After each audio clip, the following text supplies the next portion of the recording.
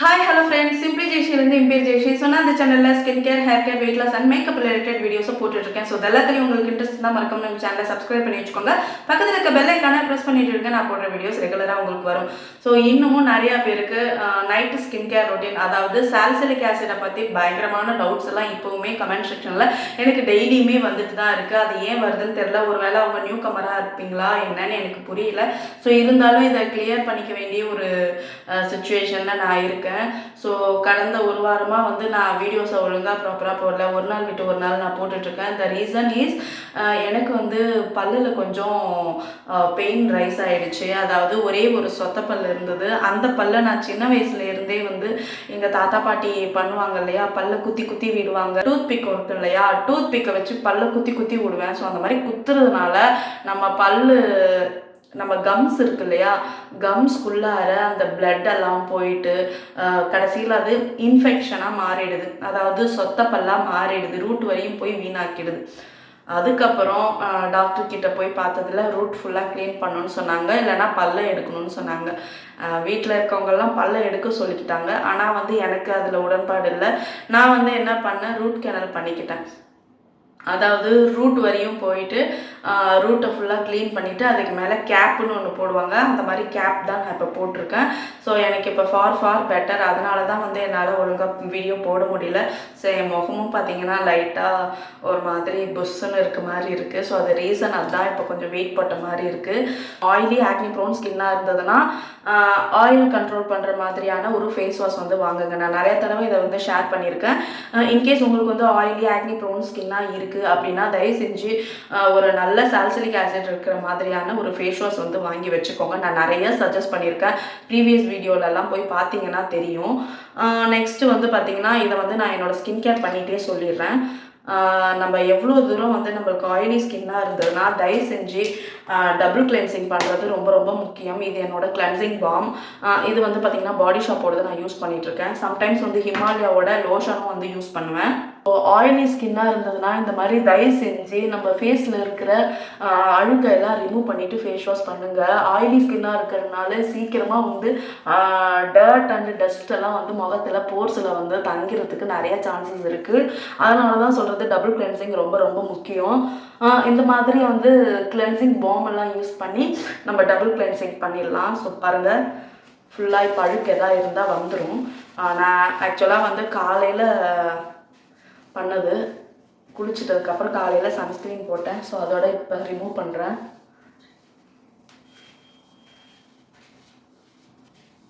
6 மாதத்துக்கு முன்னாடி வந்த என்னோடய பிம்பிள்ஸ் இன்னமும் வந்து எனக்கு மார்க்ஸ் இன்னும் படிப்படியாக தான் குறையுது. நான் அவசரப்படலை. என்ன மாதிரி நீங்களும் கொஞ்சம் பொறுமையாக இருங்கன்னு தான் சொல்கிறேன். பொறுமைங்கிறது ரொம்ப முக்கியம். ஸ்கின் கேராக இருக்கட்டும், வெயிட் லாஸாக இருக்கட்டும். அது இல்லாமல் நீங்கள் வந்து ரிசல்ட்டை வந்து எதிர்பார்க்கக்கூடாது. அப்படி எதிர்பார்த்தீங்கன்னா தயவு செஞ்சு அதுக்கு வேறு ட்ரீட்மெண்ட் ஏதாவது டாக்டர்கிட்ட இருக்கும், அந்த மாதிரி போய் ட்ரை பண்ணுங்கள். நான் முழுக்க நான் வீட்லேயே சரி பண்ணுறேங்கிறதுனால உங்களுக்கும் அதே சஜஸ்ட் பண்ணுறேன். டாக்டர்கிட்ட போய் 1000 கணக்கில் நீங்கள் காசு கொட்டி தான் சரி பண்ணணும்னா so there is a way, so many way. So நீங்கள் அதை ட்ரை பண்ணலாம். வீட்டில் சீரம் மூலமாக சரி பண்ணணும்னா அது கொஞ்சம் பொறுமையாக தான் நடக்கும். ஃபாக்ஸ்டைலோட ஃபேஸ் வாஷ் தான் எடுத்திருக்கேன். இந்த ஃபேஸ் வாஷில் வந்து பார்த்தீங்கன்னா சாலிசிலிக் ஆசிட் இருக்குது, ஹைலரோனிக் ஆசிட் இருக்குது, நியாசனமைடு இருக்குது. இது வந்து பார்த்தீங்கன்னா ஆக்னி கண்ட்ரோல் கிளென்சர்னு போட்டிருக்கு. ஸோ அதனால் நான் இப்போ யூஸ் பண்ணிகிட்ருக்கேன். ஆக்னிஸ் வந்ததுலேருந்து நான் வந்து கிட்டத்தட்ட இப்போ ஆக்னிஸ் போயிட்டுங்கிறனால சிட்டாஃபில்லேருந்து இப்போ வந்து ஃபாக்ஸ்டைலுக்கு மாறி இருக்கேன். ஸோ இது வந்து கம்ப்ளீட்டாக ஆக்னிக்கான ஒரு ஃபேஸ் வாஷ். இப்போ வந்து வெயில் சீசன் வருது இல்லையா, அதனால் சொல்லிவிட்டு என் முகத்தில் நார்மலாகவே ஆயில் சுரக்க ஆரம்பிச்சிடும். ஸோ அந்த மாதிரி டயத்தில் எதுக்கு ரிஸ்க் எடுத்துக்கிட்டுன்னு சொல்லிவிட்டு நானும் இப்போ ஆக்னி கண்ட்ரோல் ஃபேஸ் வாஷ் தான் வந்து யூஸ் பண்ணுறேன்.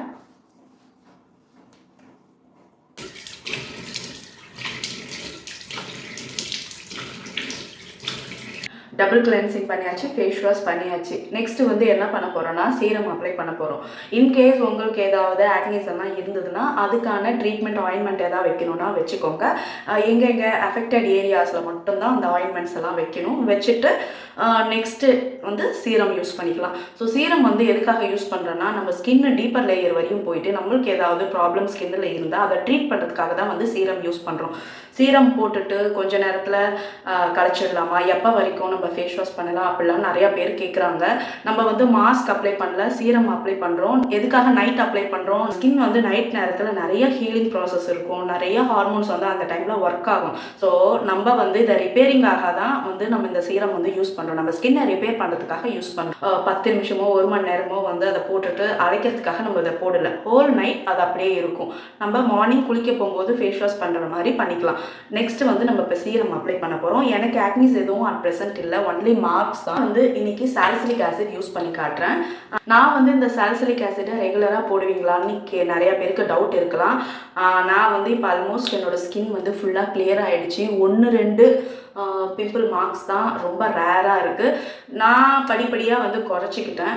ஆக்னிஸ் நிறையா இருக்கும்போது வீக்லி 3-4 டைம்ஸ் வந்து யூஸ் பண்ணேன். அட் ப்ரெசென்ட் வந்து வீக்லி 2 டைம்ஸ் தான் அந்த மாதிரி தான் யூஸ் பண்ணுவேன். ஸோ அது கூட ஃபர்தராக என்னோடய ஸ்கின்ல ஆக்னி வராமல் இருக்கணுங்கிறதுக்காக நான் வந்து யூஸ் பண்ணுறேன். நிறைய பேருக்கு வந்து இந்த சாலிசிலிக் ஆசிடில் இன்னமும் டவுட் இருக்குது. சாலிசிலிக் ஆசிட் யூஸ் பண்ணும்போது பார்த்திங்கன்னா நம்ம ஸ்கின் வந்து ட்ரையாக இருக்கணும். வெட் ஸ்கின்ல வந்து நம்ம இதை அப்ளை பண்ணக்கூடாது. பிகாஸ் நம்ம வந்து ரிப்பேர் பண்ணுறதுக்காக நம்ம இந்த சீரம் வந்து நம்ம அப்ளை பண்ணுறோம். அதை போய் நம்ம ஈர முகத்தில் வந்து அப்ளை பண்ணக்கூடாது. மாய்ஸ்சரைசர் மட்டும்தான் வந்து கொஞ்சம் ஈரப்பதம் இருக்கும்போது அப்ளை பண்ணணும். மேக்ஸிமம் சீரம்ஸ் எல்லாமே வந்து ட்ரை ஸ்கின்ல தான் அப்ளை பண்ணணும். நம்ம மாய்ஸ்சரைசருக்குன்னு போடுற சீரம் வேணால் வந்து கொஞ்சம் ஈரப்பதம் இருக்கும்போது போட்டுக்கலாம். மற்றபடி நம்ம ஸ்கின்ல வந்து ட்ரை ஸ்கின்ல தான் அப்ளை பண்ணணும். நெக்ஸ்ட்டு என்ன டவுட்னா, காமனாக இருக்கிற டவுட், சாலிசிலிக் ஆசிட் வந்து யூஸ் பண்ணதுக்கப்புறம் விட்டமின் சி யூஸ் பண்ணலாமான்னு கேட்பீங்க.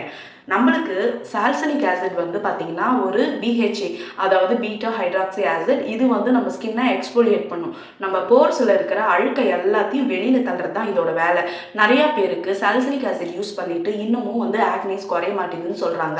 நீங்கள் என்னோட வீடியோஸை ரீசெண்டாக தான் பார்த்துட்டு இருக்கீங்கன்னா, ஸோ நான் திரும்பவும் இதை சொல்கிறேன். ஃபஸ்ட்டு உங்கள் போர்ஸில் இருக்கிற அழுக்கு, அதாவது உள்ளே ஏதாவது வேண்டாத அழுக்கெல்லாம் இருந்ததுன்னா அதை வெளியில் தள்ளும். அதுதான் வந்து உங்களுக்கு ஆக்னிஸாக வந்து வெளியே வருது. சாலிசிலிக் ஆசிட் யூஸ் பண்ணதுக்கப்புறமும் இன்னமும் ஆக்னிஸ் நிற்காமல் இருக்குன்னா உங்கள் போர்ஸில் அவ்வளோ அழுக்கு இருக்குன்னு அர்த்தம். அவ்வளோ சீபம் வந்து செக்ரேட் பண்ணி வச்சிருக்கு. ஸோ அதெல்லாம் வந்து நம்ம சாலிசிலிக் ஆசிட் யூஸ் பண்ணுறதுனால அது அழுக்கையெல்லாம் உள்ளே இருக்கிறதெல்லாம் வெளியில் தள்ளுது. அது வந்து உங்களுக்கு ஆக்னியாக வருது. இதுதான் அதோட மெயின் ரீசன். உங்கள் முகத்தில் உங்கள் போர்ஸ், அவ்வளோ போர்ஸ் இருக்குது, ஓப்பன் போர்ஸ், அந்த போர்ஸ்குள்ளார அவ்வளோ அழுக்கு இருக்குது. சாலிசிலிக் ஆசிட் யூஸ் பண்ணும்போது அந்த அழுக்கையெல்லாம் வெளியில் தள்ளுது. அது கிட்டத்தட்ட 1 மாதமும் ஆகலாம், 1.5 மாதமும் ஆகலாம். எல்லாத்தையும் வெளியில் கொண்டு வந்துட்டதுக்கப்புறம் அது ஃபுல்லாக உங்கள் ஸ்கின்னை வந்து ஹீல் பண்ணி நீட் அண்ட் கிளியராக ஆக்கிடும். ஈவன் எனக்குமே வந்து ஃபஸ்ட்டு 2 மந்த்ஸ் இப்படி தான் இருந்தது. உங்களுக்கு மேஜராக ரிசல்ட் பார்க்கணுன்னா அது 3 மாதம் ஆகும். இது நிறைய வீடியோஸில் நான் சொல்லியிருக்கேன். பட் இன்னுமே நிறைய பேருக்கு டவுட்ஸ் அண்ட் கன்ஃபியூஷன் இருக்குது. 3 மாதம் ஆகும். ஏன்னா வந்து இது ஒரு எக்ஸ்போலியேட், இது நம்ம ஸ்கின்னை ட்ரீட் பண்ண வந்திருக்கு. அதனால் இது அதோட வேலையை முழுசாக பண்ணும். அதுக்கு கிட்டத்தட்ட 3 மாதம் வந்து டைம் எடுத்துக்கும். சாலிசிலிக் ஆசிட் யூஸ் பண்ணும்போதே நிறையா பேர் விட்டமின் சி யூஸ் பண்ணலாமான்னு கேட்குறீங்க. சாலிசிலிக் ஆசிட் கூட இந்த இது சீரம் யூஸ் பண்ணலாம், இது யூஸ் பண்ணக்கூடாதுன்னு ஒரு பெரிய லிஸ்ட்டே இருக்குது. நான் அடுத்த வீடியோவில் டீட்டெயில்டாக போடுறேன். இப்போ வந்து ஆயிலி ஆக்னி ப்ரோன் யாரெல்லாம் வந்து சாலிசிலிக் ஆசிட் யூஸ் பண்ணுறீங்களோ அவங்களுக்கு இது சொல்கிறேன். சாலிசிலிக் ஆசிட் யூஸ் பண்ணும்போது விட்டமின் சி யூஸ் பண்ணக்கூடாது. பிகாஸ் இதுவுமே வந்து ஒரு ஸ்ட்ராங்கான சீரம். சாலிசிலிக் ஆசிடுமே வந்து ஒரு ஸ்ட்ராங்கான சீரம். நம்ம வந்து போர்ஸை க்ளீன் பண்ணி போர்ஸை டைட்டன் பண்ணுறதுக்கு ஹெல்ப் பண்ணுறது. ஸோ அதனால் நம்ம இந்த 2 ஸ்ட்ராங்கான சீரம் வந்து ஒரே டயத்தில் யூஸ் பண்ணும்போது கண்டிப்பாக உங்கள் ஸ்கின்ல வந்து இச்சிங், இரிட்டேஷன் பயங்கரமாக இருக்கும். அதனால தான் சொல்கிறது, சில சிரம்ஸ் கூட சில சிரம்ஸ் வந்து யூஸ் பண்ணவே கூடாது. நான் இதை சொல்கிறேன். ஒரு சீரம் அப்ளை பண்ணியாச்சு, 2 நிமிஷம் கேப்பை விட்டுட்டு இன்னொரு சீரம் அப்ளை பண்ணணும்னு இருக்கிறவங்க நியாசினமைட் சீரம் மட்டும் தான் யூஸ் பண்ண முடியும். வேறு எதுவுமே யூஸ் பண்ண முடியாது, யூஸ் பண்ணவும் கூடாது. உங்கள் ஸ்கின் வந்து இச்சிங் ஆகும், இரிட்டேட் ஆகும், ரெட்னஸ் ஆகும். அதுக்கப்புறம் பம்பியாக நிறைய டைனி பம்ப்ஸ் வரும். ஸோ அதனால தான் சொல்கிறது, ஸ்ட்ராங்கராக ஒரு சீரம் யூஸ் பண்ணும்போது அதை காம் டவுன் பண்ணுற மாதிரி அடுத்த ப்ராடக்ட் வந்து நம்ம யூஸ் பண்ணணும். நம்ம யூஸ் பண்ணுற மாய்ஸ்சரைசரே இருந்தாலும் கூட அது வந்து என்னென்ன இன்க்ரீடியன்ட் அதில் இருக்குன்னு பார்த்துட்டு தான் வந்து நம்ம யூஸ் பண்ணணும். நான் இப்போ இந்த ஃபாக்ஸ்டைலோடது தான் இதுவும் யூஸ் பண்ணிட்டுருக்கேன். இது வந்து ஸ்கின் பேரியர் ப்ரொடெக்ட் பண்ணுற மாதிரியான ஒரு க்ரீம் தான். இதில் வந்து பார்த்திங்கன்னா செரமைட்ஸ் இருக்குது. செரமைட்ஸ் வந்து பார்த்திங்கன்னா ஸ்கின் டேமேஜ் ஆன ஸ்கின்னை வந்து ரிப்பேர் பண்ணுற வேலையை பார்க்குது. ஸோ இந்த மாதிரி நம்ம ஸ்கின் கேர் இன்க்ரீடியன்ட் எதுன்னு நம்ம தெரிஞ்சு வச்சுக்கணும். அதுக்கப்புறம் தான் வந்து நம்ம யூஸ் பண்ண முடியும். சால்சிலிக் ஆசிட் கூட இந்த மாதிரி இப்போ நான் சால்சிலிக் ஆசிட் யூஸ் பண்ணிட்டேன்னா நெக்ஸ்ட்டு கோஜிக் ஆசிட் கண்டிப்பாக யூஸ் பண்ணக்கூடாது. அதுக்கு அடுத்தது கிளைகாலிக் ஆசிட், இந்த மாதிரி நிறையா இருக்குது ஃபேஸில் யூஸ் பண்ணக்கூடியது. ஆல்ஃபா புட்டின் எதுவாக இருந்தாலும் ஸ்ட்ராங்கர் சீரம் எதுவுமே வந்து நம்ம ஸ்கின்னுக்கு யூஸ் பண்ணக்கூடாது. அது ரொம்ப ரொம்ப ரொம்ப சைட் எஃபெக்டை ஏற்படுத்தும். அடுத்த ஒரு 4-5 நாளில் பார்த்தீங்கன்னா அவ்வளோ பிம்பிள்ஸை கொண்டு வந்துடும். அதுக்காக தான் சொல்கிறது, ஒரு ஸ்ட்ராங்கர் சீரம் கூட ஒரு மைல்டான ஒரு காம் பண்ணுற மாதிரியான அடுத்த இன்க்ரீடியண்ட்டை வந்து யூஸ் பண்ணணும். இதெல்லாம் நீங்கள் தெரிஞ்சு வச்சுக்கிட்டு யூஸ் பண்ணணும். இல்லைனா தெரிஞ்சவங்க கிட்ட கேட்கறதுல தப்பே கிடையாது. ஸோ நிறையா பேர் என்கிட்ட இது 2-3 பேர் வந்து என்கிட்ட கேட்டிருந்தாங்க. அதனால நான் இன்னைக்கு இதை ஒரு ஸ்கின் கேர் வீடியோவாக வந்து இன்னைக்கு கிரியேட் பண்ணேன். ப்ராப்பரான ஸ்கின் கேர் ரொட்டீனை ஃபாலோ பண்ணும்போது கண்டிப்பாக உங்களுக்கு வந்து போயிடும். உங்களுக்கு என்ன பிரச்சனைனா நிறைய பேருக்கு பொறுமையே இருக்க மாட்டேங்குது. என்னோட வீடியோ பார்க்க ஆரம்பித்து மேபி நீங்கள் 1 மந்த் இருக்கலாம். நிறைய பேரோட பேர் வந்து எனக்கு கண்டினியூஸாக எனக்கு மெசேஜ் பண்ணுறவங்க நிறையா பேர் இருக்காங்க. அவங்க பேரெல்லாம் எனக்கு டக்குன்னு மைண்டில் வந்து பதிவாயிடுச்சு. அவங்களுமே கேட்குற கொஷின் என்னென்னா, நான் யூஸ் பண்ணேன், எனக்கு சரியாகலை. நான் கிட்டத்தட்ட 6 மாதமாக யூஸ் பண்ணிகிட்ருக்கேன் இந்த ஒரு பியூட்டிஃபுல்லான ஸ்கின் வரத்துக்கு. பாருங்கள், என்னோட ஸ்கின் ஆரம்பத்தில் எப்படி இருந்ததுங்கிற வீடியோவையும் நான் பக்கத்தில் போஸ்ட் பண்ணுறேன். அவ்வளோ மோசமான ஸ்கின்னை நான் வீட்டில் இருந்தபடியே டாக்டரோட உதவியெல்லாம் இல்லாமல் சீரம் யூஸ் பண்ணி தான் நான் வந்து சரி பண்ணேன். என்னோடய ஸ்கின் பாருங்கள் இப்போ எவ்வளோ நீட் அண்ட் கிளியராக இருக்குது. பொறுமைங்கிறது ரொம்ப முக்கியம் ஸ்கின் கேரில். அதெல்லாம் இல்லாமல் நீங்கள் ஸ்கின் கேர் பண்ணணுன்னா கண்டிப்பாக அது வந்து நடக்கவே நடக்காது.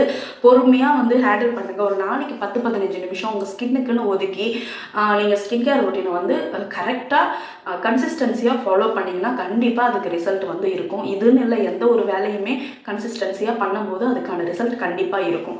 என்னோடய ஸ்கின் பார்த்தீங்கன்னா எவ்வளோ க்ளோயிங்காக இருக்குது. முடிஞ்ச அளவுக்கு என் ஸ்கின்னில் வந்து நிறைய டார்க் ஸ்பாட்ஸ் எல்லாம் இருந்ததில்ல, அதெல்லாம் குறைஞ்சிருச்சு.